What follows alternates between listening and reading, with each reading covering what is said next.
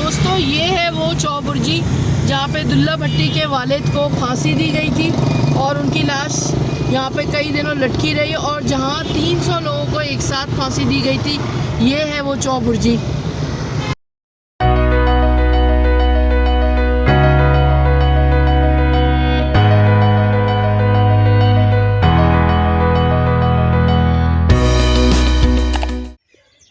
अस्सलाम वालेकुम दोस्तों, मैं हूं आपकी होस्ट, आपकी दोस्त नीनी। और आज आप सोच रहे होंगे कि मैं कब्रिस्तान क्यों आई हूं।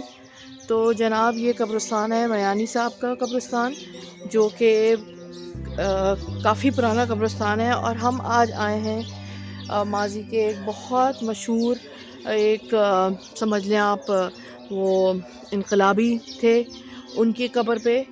उनका नाम है दुल्ला भट्टी, अब्दुल्ला भट्टी, जिनके वालिद का नाम था फरीद भट्टी और उनके दादा का नाम था सांदल भट्टी या संदल भट्टी।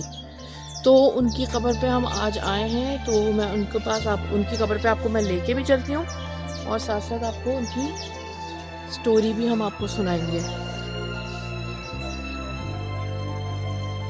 तो दोस्तों ये है दुल्ला भट्टी, मियाँ अब्दुल्ला भट्टी, दुल्ला भट्टी शहीद। उनके वालिद का नाम मियाँ फरीद भट्टी और इनकी तारीख़ पैदाइश है 1547 और तारीख़ शहादत है 26 मार्च 1589। तो मैं आपको मज़ीद तफसीलात बताने के लिए मिलवाती हूँ मियाँ से। तो मियाँ इनके बारे में आपको बताएंगे। दुल्ला भट्टी के बारे में ज़ाहिर है बहुत कुछ मौजूद नहीं है रिसर्च में। जो भी कुछ हम तक पहुँचा है दुल्ला भट्टी के हवाले से वो फोकलोर्स के ज़रिए पहुँचा है, जो कि दुल्ला भट्टी के लिए गाने बने और बाद में लोगों ने फिर एज हीरो जो है दुल्ला भट्टी को रिकग्नाइज़ किया। एक्चुअली तो हुआ ये था जो वाक़या है, और सारी तमाम तरह की रिवायत जो 2-3 इस तरह की रिवायत हैं, इनको दुल्हा भट्टी भी कहा जाता था और दुल्ला भट्टी भी। नाम था मोहम्मद अब्दुल्ला भट्टी। अच्छा, इनको शेर पंजाब और फर्जंद पंजाब और दलेर और वो सब कहा जाता है। यकीनन ये थे क्योंकि ये स्टेटस को के ख़िलाफ़ थे, ये अकबर की इस्टेब्लिशमेंट के ख़िलाफ़ थे और इन्होंने ये मानने से इनकार कर दिया था क्योंकि अकबर को ये मशवरा दिया गया कि पंजाब क्योंकि बहुत ज़रखेज़ है और यहाँ के किसान बहुत मेहनती हैं और ये मेहनती किसान जो हैं ये जो है बहुत ज़्यादा अनाज और फसलें उगाते हैं और इनके पास इनकी यील्ड बहुत अच्छी है, यानी इनकी पर एकड़ पैदावार बहुत अच्छी है। तो इस वजह से इनसे ज़्यादा लगान लिया जाए या इनसे लगान लिया जाए या जो भी महसूल इन पे आयद किया गया। तो पहले तो इनके वालिद यानी मियाँ फरीद भट्टी जो थे, उन्होंने मुखालफत की, इस बात की कि नहीं, किसानों पर जुल्म है और हम नहीं देंगे। तो अकबर ने उनके ख़िलाफ़ ज़ाहिर है कि स्टेटस को क्या करती है, अकबर ने उनको और उनके साथियों को, अकबर की अदालत ने अकबर के कहने पर 300 लोगों को फांसी की सज़ा सुनाई और उसके बाद जो है उनकी खाल उतरवा के उसमें भुस भरवा दिया। और अकबर से एक रिजेम्बलेंस जो है इत्तेफाकी, वो ये कि जिस दिन जहांगीर पैदा हुआ उसी दिन दुल्ला भट्टी पैदा हुआ था। सेम डे दोनों की पैदाइश हुई है, यानी अकबर के घर जहांगीर और मियाँ फरीद भट्टी के घर दुल्ला भट्टी, अब्दुल्ला भट्टी। अच्छा, इनके वालिद को जब फांसी दी गई थी तो उनके साथ 300 लोगों को फांसी दी गई थी। हाँ, क्यों वो सारे उनके साथ थे ना जो उनकी मुखालफत कर रहे थे अकबर की। पे 300 लाशें लटकी हुई थी जिनको सारों को फांसी दी गई थी। 3 दिन तक लटकी रही थी लाशें। उसके बाद ये हुआ कि जब दुल्ला भट्टी बड़े हुए और उन्हें बताया गया कि इनके वालिद के साथ ये हुआ और किसानों के साथ ये जुल्म किया गया है, तो उसके बाद जो है ना उन्होंने मुखालफत शुरू की। तो बेसिकली जो ज़ाहिर दिलेर आदमी, डेफिनेटली दुल्ला भट्टी एक बहुत दिलेर आदमी था और उसने सिस्टम को चैलेंज किया था। बेसिकली एक तो इनके वालिद ने अकबर के दीन इलाही को रिजेक्ट किया था कि ये शिरक है और मैं इसको नहीं मानूंगा, मैं सजदा नहीं करूंगा बादशाह को और ये इस्लाम के ख़िलाफ़ है, मुनाफी है। दूसरे, जब ये बड़े हुए, ये पैदा हुए थे अपने वालिद की फांसी के 4 महीने बाद, दुल्ला भट्टी, और ये बड़े हुए तो उस वक्त भी ज़ाहिर है वो सारे जुल्म जो मुग़ल करते थे किसानों पर और मकामी आबादियों पर वो जारी था और अकबर और ताकतवर हो गया था तो अकबर का जुल्म भी बढ़ गया था। तो उन्होंने अकबर के ख़िलाफ़ जो है बाकायदा तलवार से यानी शमशीर इस्तेमाल की और उन्होंने मुखालफत की और लड़े।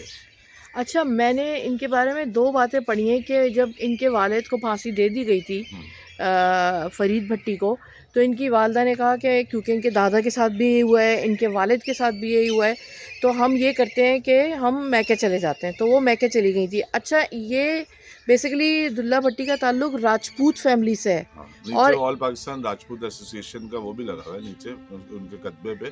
और ये राजपूत थे बीकानेर के, जो इंडिया में भावलपुर के साथ जो शहरा है जिसको चोलिस्तान के बराबर है, बीकानेर, वहाँ के रहने वाले नस्लन ये राजपूत है। और फिर एक रिवायत ये भी है कि अकबर ने जब इनके वालिद को फांसी दे दी थी, तो वो इनकी वालिदा माई लद्दी को हाँ। अपनी बहन बना के वहाँ महल ले में गया रखा, था, दिल्ली। महल में ले गया था। हाँ। और फिर 4 महीने बाद जब ये दुल्ला भट्टी पैदा हुए, तो सेम डेट जहांगीर की भी थी हाँ। पैदाइश की। अच्छा, वो मसला ये हुआ कि जहांगीर कमजोर था जब पैदा हुआ था ना, हाँ, बहुत वीक था, तो उसको मदर फीड के लिए माई लद्दी को कहा गया कि आप रिक्वेस्ट इसको की गई। फीड कराएं, तो वो फिर उन्होंने फीड कराया। ये भी एक रिवायत ये है। भी रिवायत है, लेकिन वो मशवरा ये दिया गया था कि ये कमजोर बच्चा है और ये राजपूत औरत है, तो राजपूत औरत अगर दूध पिलाएगी तो बच्चा ताकतवर हो जाएगा, ये उनका उस वक्त कॉन्सेप्ट था। वैसे राजपूत बाय बेल्ट अल्लाह की तरफ से ही ताकतवर होते हैं और उनके अंदर एक जिगरा भी होता है और दलेर भी होते हैं। तो ये वो दलेर सपूत है राजपूतों का, जिसने स्टेटस को के खिलाफ, जिसने सिस्टम के खिलाफ, जिसने उस पूरे जालिमाना निज़ाम के खिलाफ आवाज़ उठाई, तलवार उठाई, लड़ा और शहीद हुआ। और फिर शहीद होके जो है ना, लाश 3 दिन तक दिल्ली दरवाजे पर लटकी रही। उसके बाद फिर यहाँ दफनाया गया आखिरी आराम। मैं पढ़ रही थी कि 3 दिन तक लटकी तो रही, लेकिन उसकी बेहुरमती बेतहाशा है। उसमें तीरंदाजों ने तीर बरसाए। उफ, मेरा खुदा, अल्लाह रहम करे।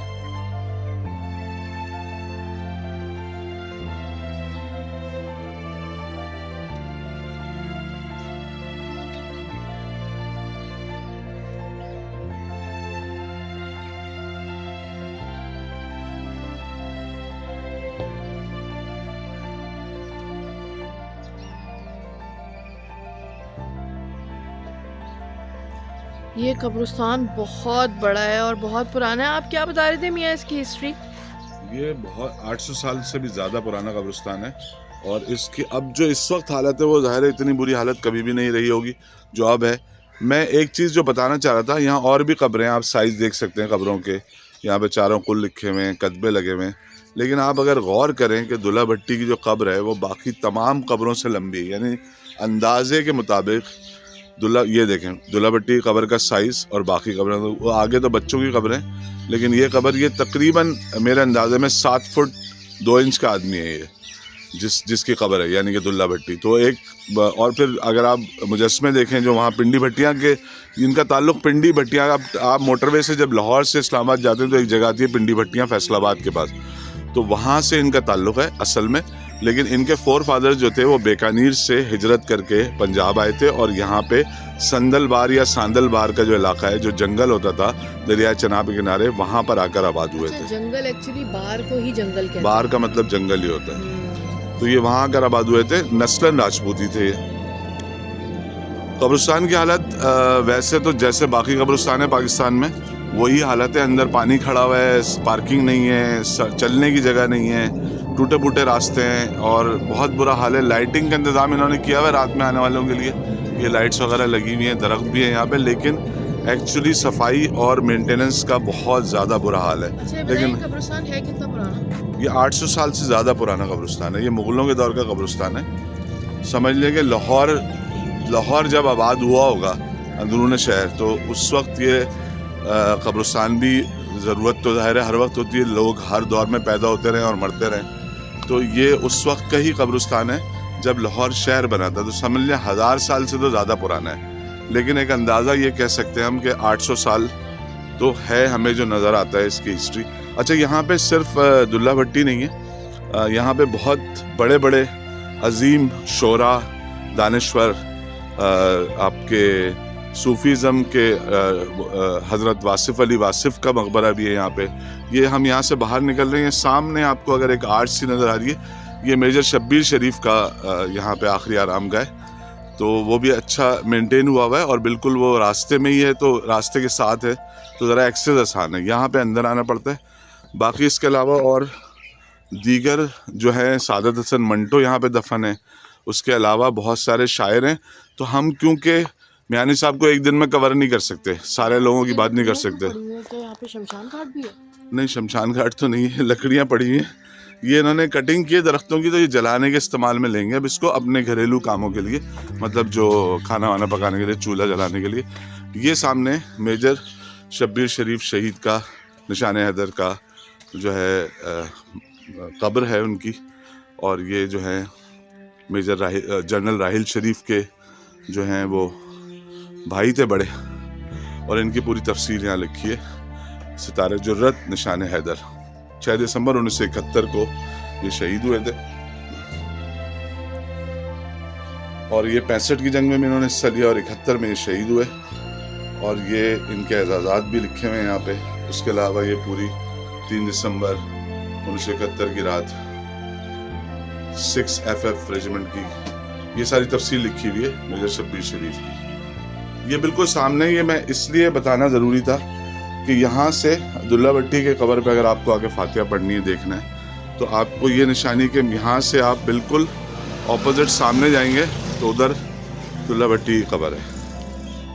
अच्छा दोस्तों, इस कब्रिस्तान की कई एंट्रेंस हैं। अच्छा, हम यहाँ पे आए हैं तो हम मंटो और नन्ना साहब की कब्र और दीगर लोगों की कब्रों पे भी जाएंगे। तो इंशाल्लाह नए व्लॉग्स में आपको उधर जाके उनकी डिटेल से आगाह करेंगे। तो इसके साथ ही मुझे इजाज़त दीजिए। चैनल को सब्सक्राइब कीजिए, वीडियो को लाइक कीजिए, बेल आइकन को प्रेस कीजिए, और अल्लाह हाफ़िज़।